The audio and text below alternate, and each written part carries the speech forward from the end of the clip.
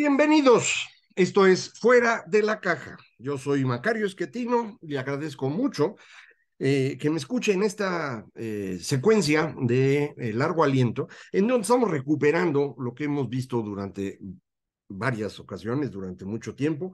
Me quedé en esta descripción de cómo los monoteísmos se vuelven muy importantes a partir del año 600 de nuestra era, más o menos, claro, y terminan en el año 1500 con una nueva forma de hacer las cosas que resulta propiamente europea, no se desarrolla en ninguna parte.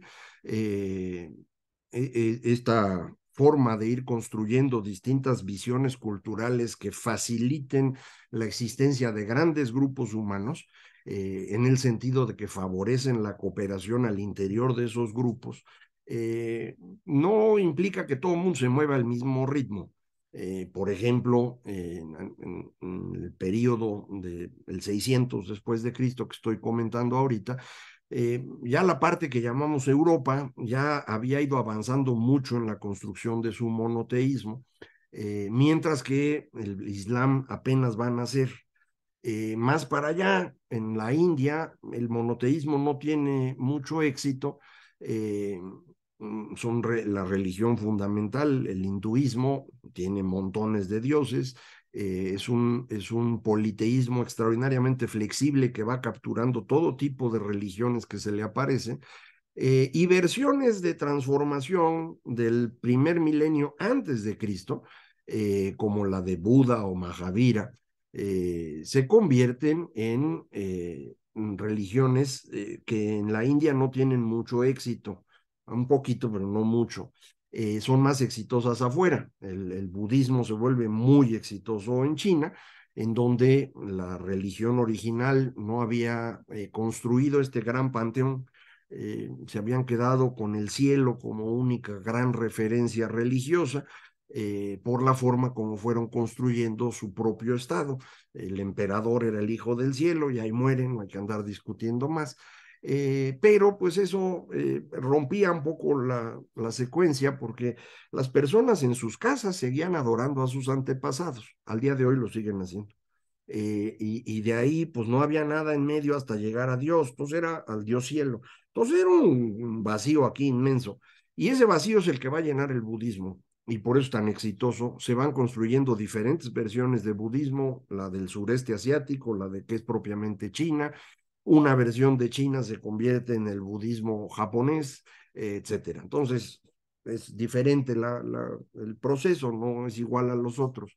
Y en el caso de Europa, para el siguiente cambio climático, el de la pequeña edad de hielo del 1500, resulta que pues ya había Europa ido avanzando en la aparición de una idea en la cual el monoteísmo, que había sido de tener un montón de dioses, luego moverse a tener menos, luego de esos menos uno era importante y los demás menos importantes, eso le llaman enoteísmo. Y luego ya nada más se quedaba el bueno, y pues si le vas quitando dioses, le quitas el último, ya te quedas sin nada, ¿no? Bueno, pues eso es lo que hacen los europeos. En el siglo XVI empieza el proceso de, pues si ya quitaste tantos, güey, ya quítate el último, ¿no? Obviamente es bien complicado, ¿no? Esto no está tan sencillo, pero es lo que llevamos haciendo 500 años, ir quitando diosesitos y ya quitamos el último en estos 500 años, en un proceso que creo que quien lo ha explicado mejor es el señor Henrich, que ya hemos comentado, The Weirdest People in the World, un libro que creo que todavía no existe en español, eh, pero que ya platicamos aquí varias veces, como eh, él está convencido de que la forma en la cual la Iglesia Católica construye su fortaleza social, enfrentando la estructura que se tenía previa a ellos, es decir, la estructura del Imperio Romano, que como todas las demás estructuras sociales en el mundo, desde el 15.000 antes de Cristo, estaban hechas alrededor de estos antepasados que comentamos, clanes o familias grandes, en las cuales, pues las familias eran diferentes, algunas poco a poco se ha venido convirtiendo en familias dominantes. En Roma eran los patricios, por ejemplo, y otras familias menos importantes, y algunos, pues su familia, pues ni existía, se habían convertido en la plebe, personas que no formaban parte de ninguna familia relevante y que estaban dentro del imperio porque pues ya habíamos inventado a un solo Dios al que hay que estar respetando, y con esto funcionaban bien. Pero pues esto siempre ponía en riesgo a la iglesia de que estas familias recuperaran el poder. De hecho, nunca lo perdieron, por ejemplo, en el Imperio Romano de Oriente. Entonces, para la iglesia esto era pues una amenaza, y se les ocurre la idea de ir rompiendo esas familias, facilitando la aparición de las familias nucleares. Esto es la que usted tiene hoy, la que conocemos hoy en día: papá, mamá, dos hijitos, tres hijitos. Ahora ya hay familias surtidas, pero bueno, en general así ha sido. Este proceso implicaba romper el papel del patriarcado, de verdad, no el que ahora hablan, ¿no? Patriarcado de verdad, el patriarca que tenía a todos sus hijos con sus familias viviendo en la misma casa familiar. Esto es lo que va destruyendo la iglesia, prohibiendo el casamiento entre primos, facilitando que la gente vaya a instalar su casa cuando tiene matrimonio en otro lugar distinto a la familia original, que las mujeres puedan heredar, que no haya adopción. El chiste era ir rompiendo estas formas con las cuales Roma había funcionado. Lo hacen bien, y esto le permite a la iglesia irse haciendo muy poderosa, al extremo de que viene un conflicto de quién manda, si el papa o el emperador.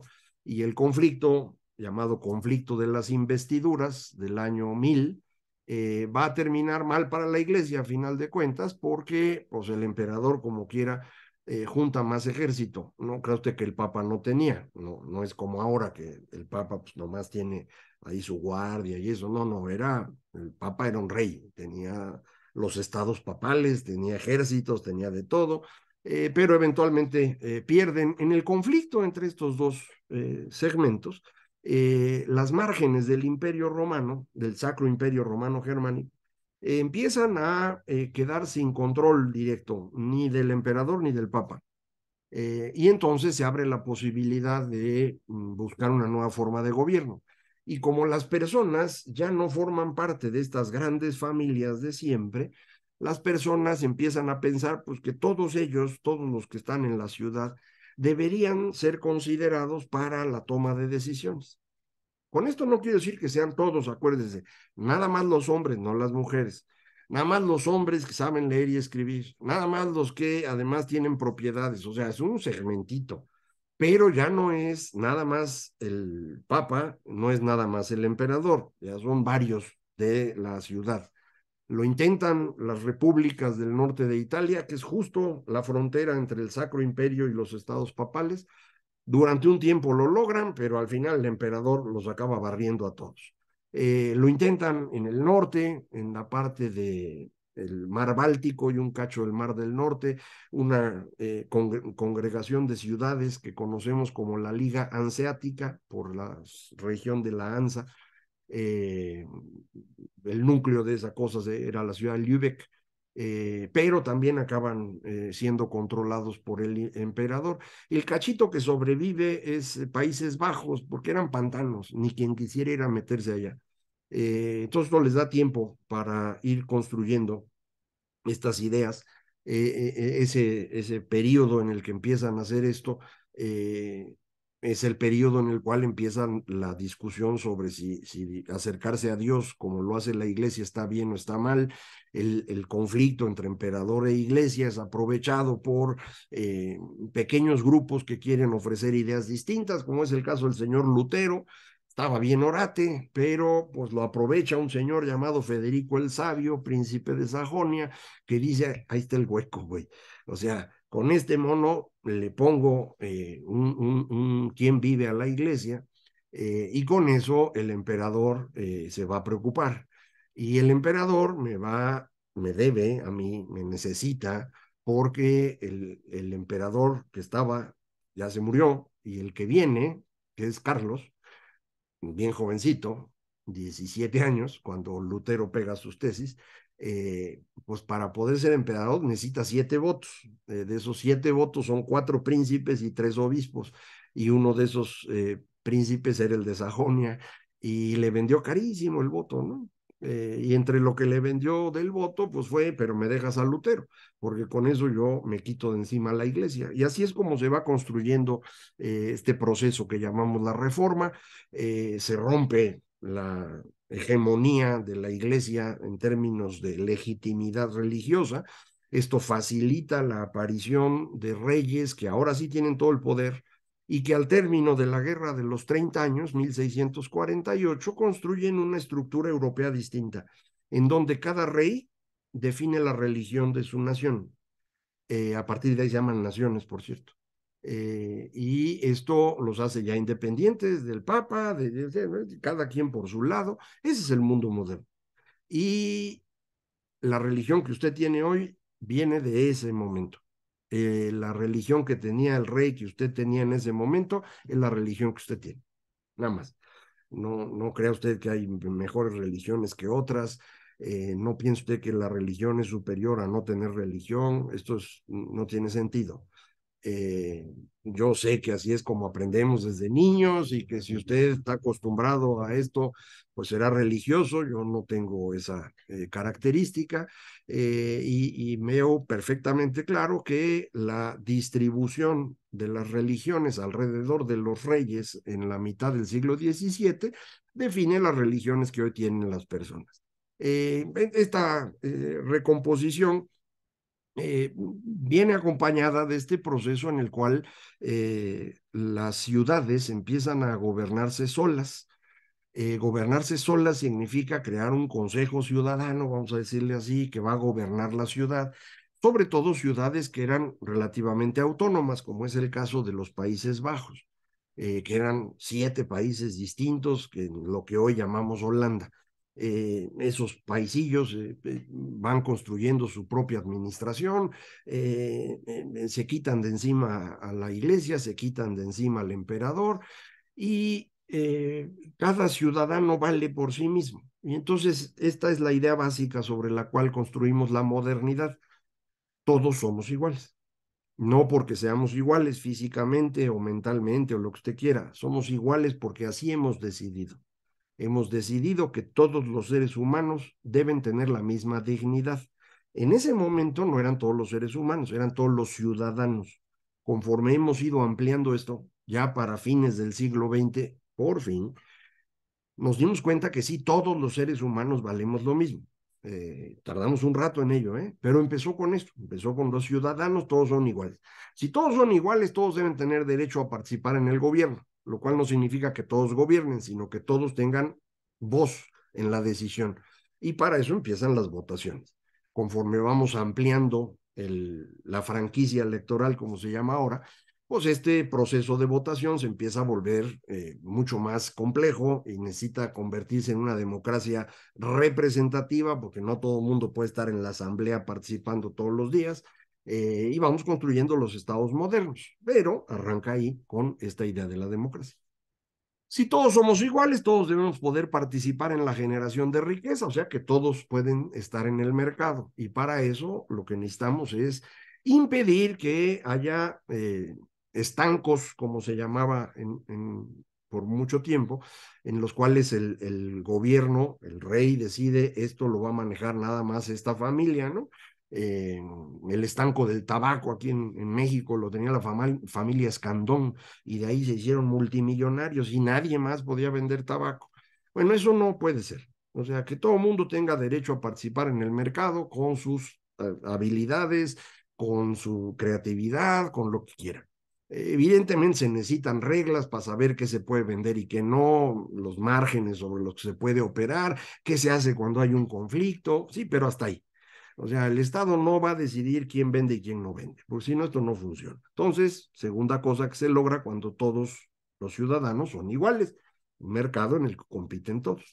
Tercera cosa, si todos somos iguales, todos debemos tener derecho al conocimiento. Y entonces, pues vámonos educando y cada quien que empiece a ofrecer sus ideas. Y entonces, la democracia, el libre mercado, y la ciencia tienen el mismo origen. Darnos cuenta que todos somos iguales.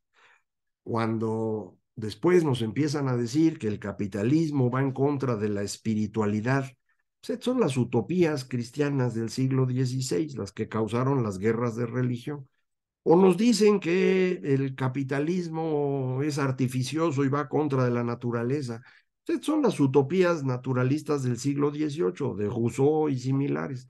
Y cuando nos dicen que el capitalismo va en contra de la democracia y de la nación, esas son las utopías del siglo XX, las de la clase social, las de la raza. No les crean. Democracia, capitalismo y ciencia tienen exactamente el mismo origen, el darnos cuenta que todos somos iguales. Entonces, si estamos pensando en tener éxito económico en un país, necesitamos que todos seamos iguales. Si queremos que el país funcione en términos de creatividad, de generación de conocimiento, de generación de riqueza, necesitamos que el país sea una democracia. Y para eso todos tenemos que ser iguales. Pero para ser todos iguales, necesitamos romper las estructuras tradicionales. Y esas estructuras tradicionales se rompen construyendo una relación de cada individuo con el Estado, únicamente. Y no a través de intermediarios que administran la relación, es decir, del líder sindical, es decir, del líder de la familia, es decir, de los cárteles. ¿Me explico? Eso es lo que tenemos todavía en México, en América Latina en general, en toda la mitad sur de Italia, en Turquía, en la inmensa mayoría de Asia. Y eso es lo que impide el funcionamiento adecuado de las cosas. Te dirá, no, pero mira, China crece, crecimiento económico espectacular y no tiene democracia y no nada de que dejaron lo tradicional, son iguales que siempre, viven en clanes, siguen adorando antepasados. Pues sí, maestro, pero es que China realmente su crecimiento no es un crecimiento económico eh, que sea producto de la invención y de la creación, es producto de la destrucción de recursos. Es lo que yo he llamado en mi libro este de El fin de la confusión, el crecimiento agotador. Es el tipo de crecimiento que tuvo América Latina en la posguerra, ¿se acuerda? La, la, el milagro económico mexicano, el desarrollo estabilizador. Pues sí, sí, crecimos. ¿Cómo crecimos? Pues ocupando todo el territorio, metiendo a la gente a las ciudades, que pusiera a trabajar. Resultado, vean las ciudades espantosas que tenemos, vean la destrucción ambiental en México y vean cómo dejamos de crecer en los 80. Agotamos todo, nos acabamos todo lo que teníamos. Y de allá para acá, como pues ya se necesita, un país de todos iguales, donde no haya empresarios compadres, donde no haya líderes sindicales saqueando, pues esto no jala, man, ¿no? En China les está pasando exactamente eso, ya llegaron a su tope, no pueden crecer desde hace 2 años, siguen diciendo que si el confinamiento, no, no, China ya llegó hasta donde podía, agotaron todo. Les fue muy bien, pasaron de no comer a comer como si fueran mexicanos, que es maravilloso, pero ya no hay más, ¿eh? China no da más. Oiga, pero Japón sí lo logró. Pues Japón logró un avance mayor, igual que Corea, porque capturaron las ideas que les llevó Estados Unidos y se convirtieron en democracias. No exactamente como las occidentales, pero bastante cercanas. Eh, Entre ellos se consideran todos iguales, más o menos. Se odian entre ellos dos, no nos quieren a los demás, pero entre ellos ahí la van llevando. Sigue habiendo, sobre todo en Japón, un machismo muy, muy pronunciado, pero lograron extender la idea de que al menos ahí todos los hombres son iguales. Y eso les ha ayudado mucho para poder crecer hasta donde pudieron. Ya no dan más. Entonces, ¿quiere usted que este país funcione mejor? Estamos a avanzar en eso, en la destrucción de estas estructuras sociales tradicionales para favorecer el que nos consideremos todos iguales y con base en eso poder tener una democracia estable, la que tuvimos no fue estable, poder tener crecimiento económico de verdad, no lo hemos tenido, y creación de conocimiento. Viera usted, la incapacidad de los mexicanos para crear conocimiento es abrumadora. En América Latina en general no se genera conocimiento. Y hay latinoamericanos que llegan a hacerlo, sí, cuando se van a trabajar allá afuera, pero aquí no se puede, no hay manera. ¿Por qué no? porque las condiciones sociales para eso no existen. Entonces, esto significa que no esté usted esperanzado en que las cosas se van a resolver pronto, lo cual no significa que se tire usted a la perdición y al sufrimiento. Simplemente pues, son procesos muy largos. Nos tocó vivir un cacho que no era todavía el adecuado para América Latina, pero sí en otras partes. Hemos avanzado algo, podemos seguir avanzando, véanlo así, y no se esté angustiando de más. Nosotros aquí vamos a seguir platicando. Muchísimas gracias. Esto fue Fuera de la Caja.